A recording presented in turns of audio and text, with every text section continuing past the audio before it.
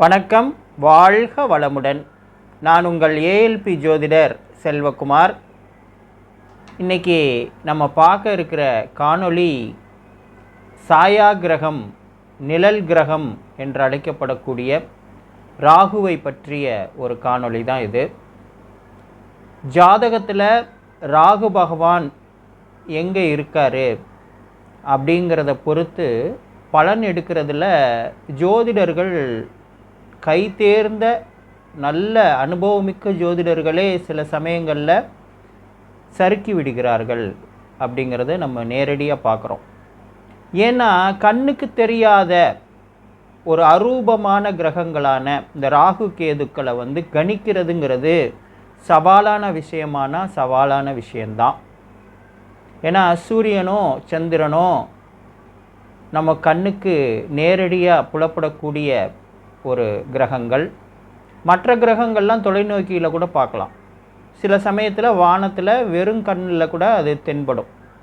ஆனால் அந்த ராகு கேதுக்கள் எந்த தொலைநோக்கியாலும் கண்டுபிடிக்க முடியாத கிரகங்கள். எந்த விதமான டெக்னாலஜியை வச்சும் ராகு கேதுக்களை ஐடென்டிஃபை பண்ணி நம்ம காட்சிப்படுத்த முடியுமா, ஸ்க்ரீன் பண்ண முடியுமானா ஸ்க்ரீன் பண்ண முடியாது. ஏன்னா அது அரூபமான கிரகங்கள், சாயா கிரகங்கள் அப்படின்னு அழைக்கப்படுகிறார்கள். நிழல் கிரகங்கள்னு தமிழில் சொல்லப்படுறது. இந்த ராகு கேதுக்களை கணிக்கிறதுல ஏன் இவ்வளோ கஷ்டங்கள் இருக்குது அப்படின்னு சொல்லி பார்த்திங்கன்னா, இவைகளுக்கு சொந்த வீடுகள் கிடையாது. இப்போ 12 ராசி கட்டங்கள் இருக்குது. ஒவ்வொரு ராசி கட்டமும் ஒரு கிரகத்தோட ஆளுகைக்குட்பட்டதாக இருக்குது. ஆனால் இந்த ராகு கேதுகளுக்கு சொந்தமாக எந்த வீடுகளும் கிடையாது. ஆனால் இவங்க ஜாதகத்தில் எந்த வீட்டில் உட்கார்றாங்களோ அந்த வீட்டை தன்னுடைய வீடாக மாற்றிக்கொள்வார்கள் அப்படின்னு ஜோதிட விதி சொல்லுது. இப்போ இந்த ராகு கேதுக்களோட ஆளுமை திறன் அவ்வளோ தூரம் இருக்குது. அது மட்டும் இல்லை, 9 கிரகங்களை வலிமையின் அடிப்படையில் நீங்கள் வரிசைப்படுத்தினா அதில் முதல் இடத்துல இருப்பது கேது தான்.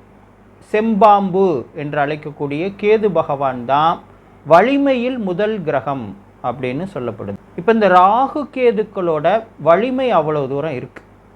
அதுலேயும் குறிப்பாக இந்த ராகு கிரகத்தை எடுத்துக்கொள்ளும் பொழுது, இந்த ராகு கிரகம் ஒரு மனிதனை வாழ்க்கையில் உச்சத்துக்கும் கூட்டிகிட்டு போகும், அதில் பாதாளத்திலையும் தள்ளும். அது அந்த ஜாதகத்தில் எப்படி அமைஞ்சிருக்கு ராகு பகவான், ராகு எந்த இடத்துல அமர்ந்திருக்கார், எந்த கிரகங்களோடு சேர்க்கை பெற்றிருக்கார், இதெல்லாம் பொறுத்து தான் பலன்கள் மாறுபடுது. இதை கணிக்க முடியுமா, மிக துல்லியமாக கணிக்க முடியுமா? ஏன்னா நம்ம ஏற்கனவே பார்த்தோம், இந்த ராகு கேதுக்களோட பலன்களை கணிப்பதில் பல ஜோதிடர்கள், அதுவும் அனுபவம் வாய்ந்த ஜோதிடர்களே சறுக்கி இருக்காங்க. அப்படிங்கும்போது ஏஎல்பி ஜோதிடத்தில் ராகு கேதுக்களோட பலன்களை எவ்வளோ தூரம் துல்லியமாக தர முடியும் அப்படிங்கிற ஒரு கேள்வி உங்ககிட்ட இருக்கும்.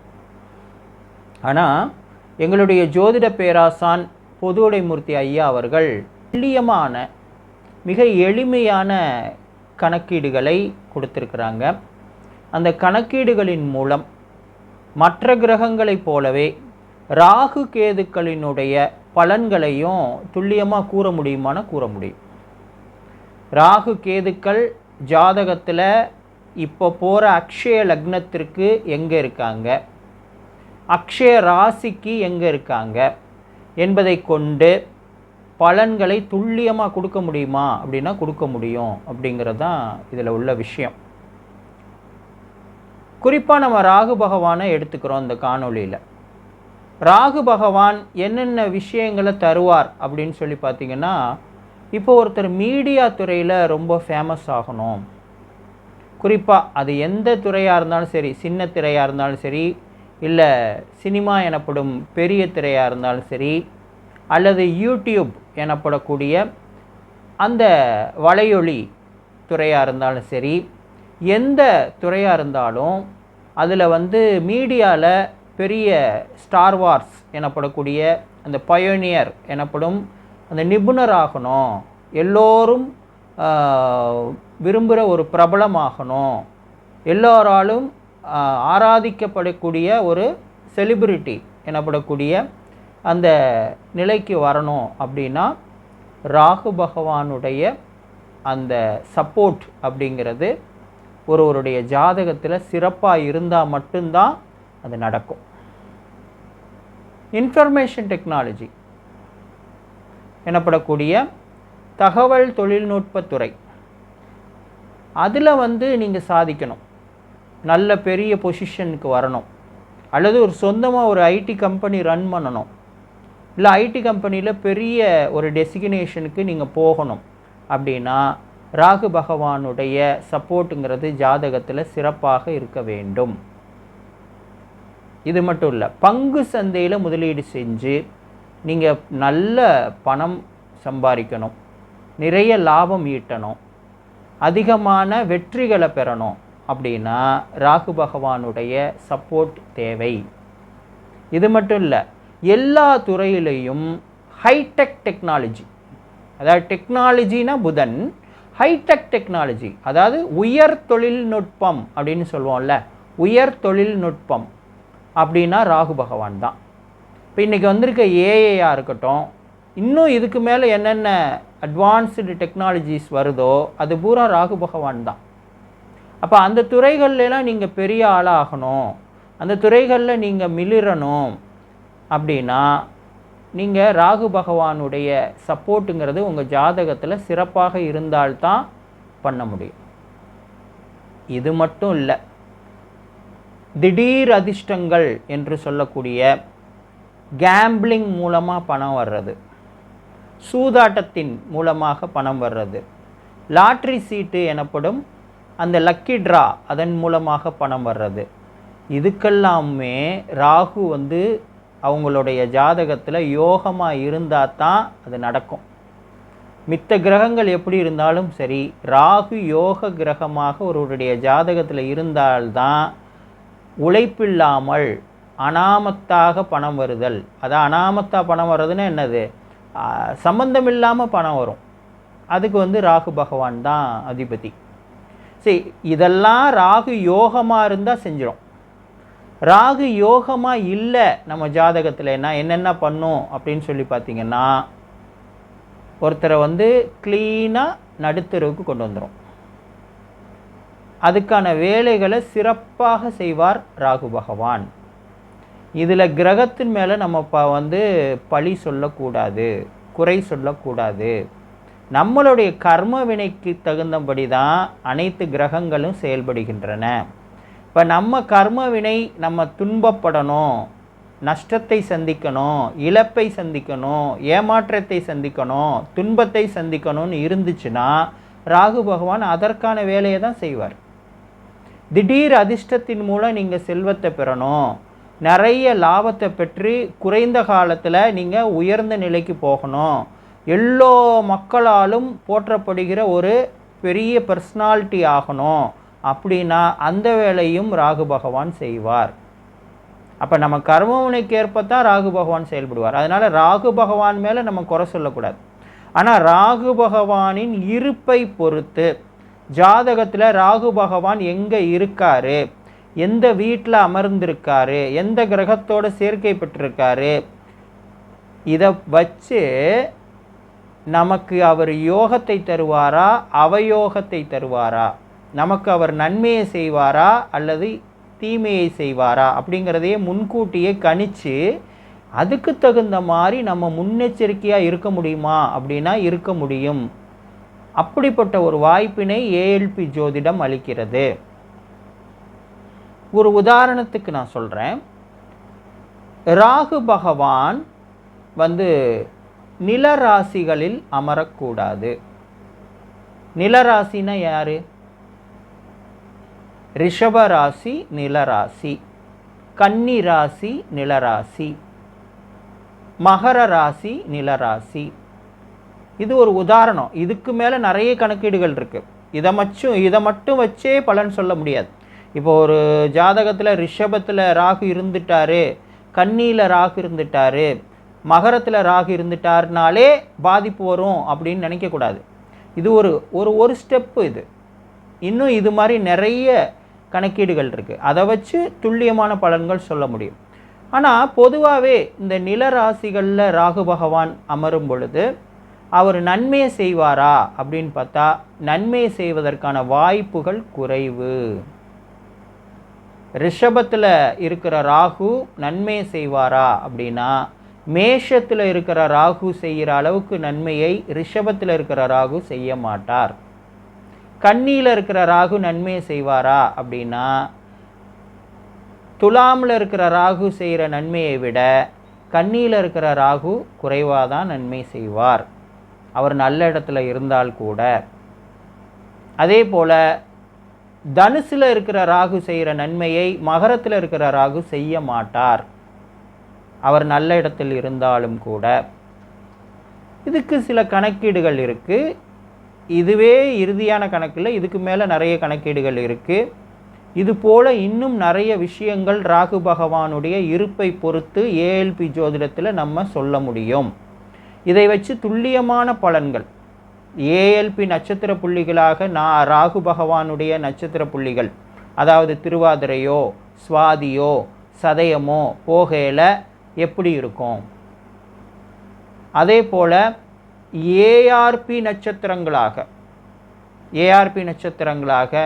சுவாதியோ திருவாதிரையோ சதயமோ போகக்கூடிய அந்த ராகு திசையில் எப்படி இருக்கும், அல்லது வேறு கிரகங்களோட திசையில் ராகு புத்தி வரும் பொழுது எப்படி இருக்கும், இதெல்லாம் நம்ம துல்லியமாக பலன்களை கூற முடியுமா அப்படின்னா கூற முடியும். அதை வைத்து சரிங்களா. சரி, இப்போ இந்த ராகு பகவான் சாதகம் இல்லாமல் ஒரு ஜாதகத்தில் இருக்கார் அப்படின்னா அவங்க என்னென்ன விஷயங்களில் எச்சரிக்கையாக இருக்கணும் அப்படின்னு சொல்லி பார்த்தீங்கன்னா, அவங்க கண்டிப்பாக ஆன்லைன் ட்ரேடிங்க்கு போகக்கூடாது. அது எந்த வகையிலான ஆன்லைன் ட்ரேடிங்காக இருந்தாலும் சரி, ரொம்ப ரொம்ப ரொம்ப ரொம்ப எச்சரிக்கையாக இருக்கணும். எளிதாக பணத்தை இழந்துவிடக்கூடிய சூழ்நிலைங்கிறது ஆன்லைன் ட்ரேடிங்கில் வரும். அது மட்டுமல்ல, பங்கு சந்தை பக்கமே போகக்கூடாது, ஷேர் மார்க்கெட் பக்கமே போகக்கூடாது. அது மீறி நான் பங்கு சந்தையில் முதலீடு செய்யணுன்னா நம்ம மியூச்சுவல் ஃபண்ட் எனப்படக்கூடிய ரிஸ்க் கம்மியான முதலீடுகளில் முதலீடு செய்யலாம். ஆனால் நேரடியாக பங்கு சந்தையில் முதலீடு செய்யலாமா, ராகுவோட சாதகமற்ற நிலை ஜோதிடத்தில் இருக்கிறவங்க செய்யலாமா அப்படின்னா செய்யக்கூடாது.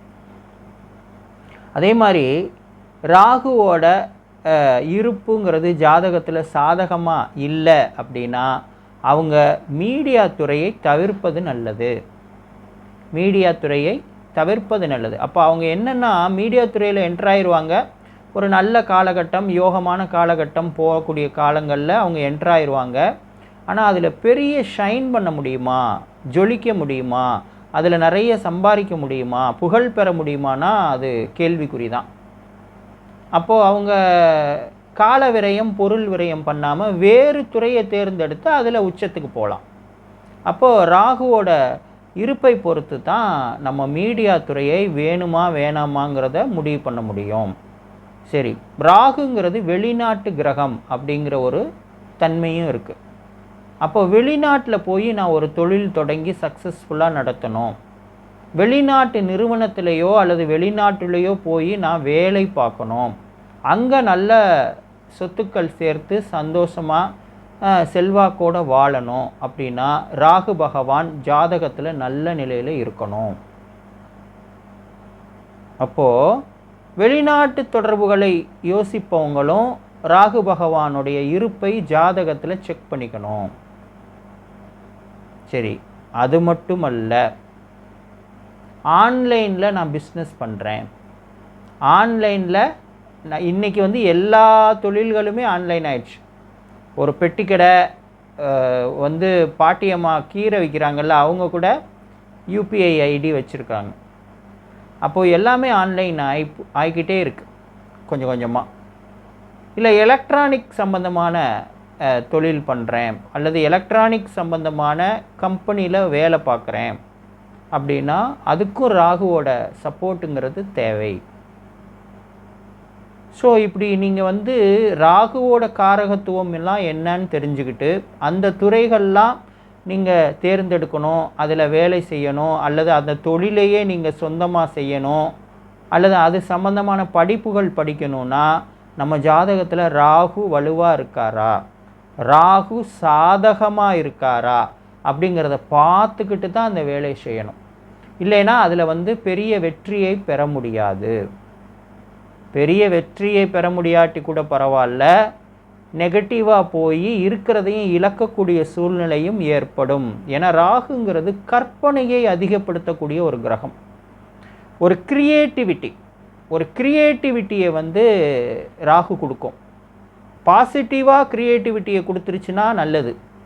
ஆனால் வெறும் கற்பனையை மட்டும் கொடுத்துருச்சு, சாதகம் இல்லாமல் நிலையில் ஜாதகத்தில் ராகு இருந்தார்னா வெற்று கற்பனையை கொடுத்துருவார். அது பாசிபிலிட்டிஸே இருக்காது, அதில் ப்ராக்டிகாலிட்டியே இருக்காது. அப்போ அந்த மாதிரி வெற்று கற்பனைகளால் யாருக்கும் பிரயோஜனம் இல்லை, ஜாதகருக்கும் பிரயோஜனம் இல்லை. அப்போது அதை நம்பி அல்லது அதிலேயே அவர் ஈடுபாடோடு இருந்தார்னா அவருக்கு பொருள் விரயம், கால விரயம் தான் ஆகும். அதே மாதிரி ரியாலிட்டிக்கு சம்பந்தம் இல்லாத, அதாவது நிதர்சனத்திற்கு சம்பந்தம் இல்லாத விஷயங்களில் போய் மாட்டி விட்டுரும். ப்ராக்டிக்கலாக இது பாசிபிளா அப்படின்னு யோசிக்காமல் சில காரியங்களில் இறங்கி நம்ம நஷ்டப்படுவோம், இழப்புகளை சந்திப்போம். இதுக்கெல்லாம் ராகு பகவான் காரணமாக இருப்பார். அதே போல் இந்த குறுகிய காலத்தில் பணம் சம்பாதிக்கணும், குறுகிய காலத்தில் பெரிய உச்சத்தை தொடணும் அப்படிங்கிற ஒரு கற்பனையை, அப்படிங்கிற ஒரு பேராசையை, அப்படிங்கிற ஒரு உந்துதலை ராகு பகவான் கொடுத்து தவறான வழிகளில் போக வச்சிருவார். சாதகம் இல்லாமல் ராகு இருக்கும் பொழுது தவறான வழிகளில் போய் இந்த 2ஆம் நம்பர் பிஸ்னஸ் அப்படின்னு சொல்லுவாங்க கலோக்கியலாக. அதாவது சட்டத்துக்கு புறம்பான தொழில்கள், சட்டத்துக்கு புறம்பான வேலைகள், இதெல்லாம் செய்கிறவங்கெல்லாம் ராகு நெகட்டிவாக இருக்கக்கூடிய ஜாதகத்தை கொண்டவர்களாக தான் இருப்பாங்க. ஸ்மக்லிங் பிஸ்னஸ்ஸு, அப்புறம் இந்த கடத்தல்னு சொல்லக்கூடிய விஷயங்கள், இதெல்லாம் செய்கிறவங்கெல்லாம் யாருன்னு பார்த்திங்கன்னா ராகு நெகட்டிவாக ஜாதகத்தில் இருக்கிறவங்க தான் செய்வாங்க. அதே மாதிரி சட்டத்துக்கு புறம்பான எல்லா காரியங்களும், கடத்தல் மட்டும் இல்லை, பதுக்கல், கலப்படம், இந்த டூப்ளிகேட் ப்ராடக்ட்ஸு தயாரிக்கிறவங்க. ஒரிஜினலாக ஒரு பிராண்ட் இருக்கும், அந்த பிராண்டோட ப்ராடக்டை டூப்ளிகேட்டாக இவங்க ப்ரொடியூஸ் பண்ணுவாங்க. இது எல்லாமே ராகு பகவானுடைய நெகட்டிவான தன்மைகள். ஸோ நம்ம அதை கேர்ஃபுல்லாக பார்த்துக்கணும். அப்போ ராகு பகவான் நெகட்டிவாக இருக்காங்க ஜாதகத்தில் நமக்கு அப்படின்னா இந்த செயல்கள் பக்கமே போகக்கூடாது. போனால் அப்போதைக்கு வெற்றியாக இருக்கும், நிறைய சம்பாதிப்பீங்க.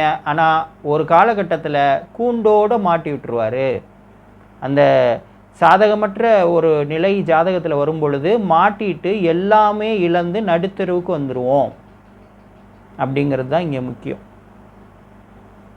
அடுத்து இந்த ராகு பகவான் அப்படிங்கும்போது இன்னும் என்னென்ன காரியங்கள் நடக்கும் அப்படின்னு சொல்லி பார்த்திங்கன்னா, குறிப்பாக இந்த பிளாக் மேஜிக்கு, இந்த செய்வினை, பில்லி, சூனியம், ஏவல், இதன் மேலெல்லாம் ராகு பகவானுடைய நட்சத்திரங்கள் செல்லக்கூடிய காலங்களில், அது ஏஎல்பி நட்சத்திரமாக இருந்தாலும் சரி, ஏஆர்பி நட்சத்திரமாக இருந்தாலும் சரி, ராகுவுடைய நட்சத்திரங்கள் செல்லக்கூடிய காலத்தில் இந்த நம்பிக்கையெல்லாம் இவங்களுக்கு ஏற்படும்.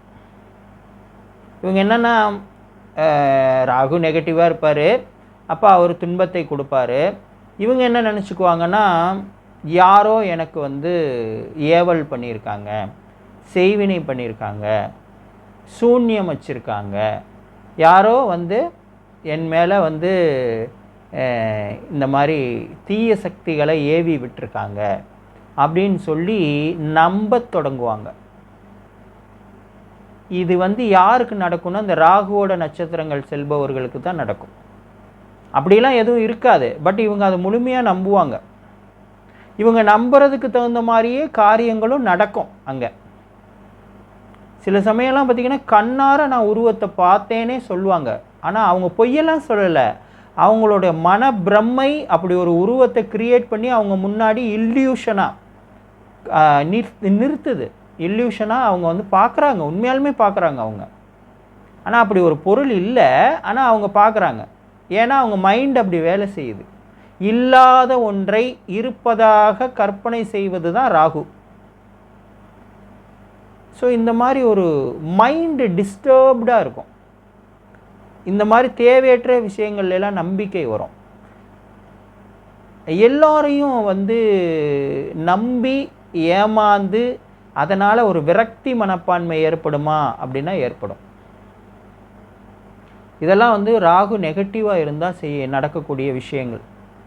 அப்போது ஒவ்வொரு மனிதனும் தங்களுடைய ஜாதகத்தை ஆராய்ந்து ஒரு நல்ல ஏஎல்பி ஜோதிடரின் துணையோடு ராகு பகவான் நம்ம ஜாதகத்தில் பாசிட்டிவாக இருக்காரா நெகட்டிவாக இருக்காரா, நமக்கு நன்மை தரக்கூடியவராக ராகு இருக்கிறாரா, அதாவது யோகமான கிரகமாக ராகு இருக்கிறதா, இல்லது எனக்கு பிரச்சனைகளை ஏற்படுத்தக்கூடிய நெகட்டிவான தன்மையில் ராகு இருக்காரா அப்படிங்கிறத கண்டிப்பாக தெரிந்து கொள்ள வேண்டும்.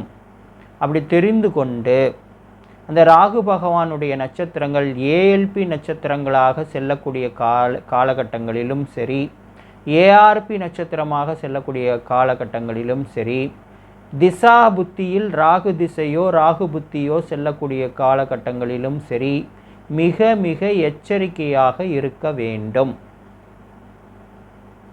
சரிங்களா?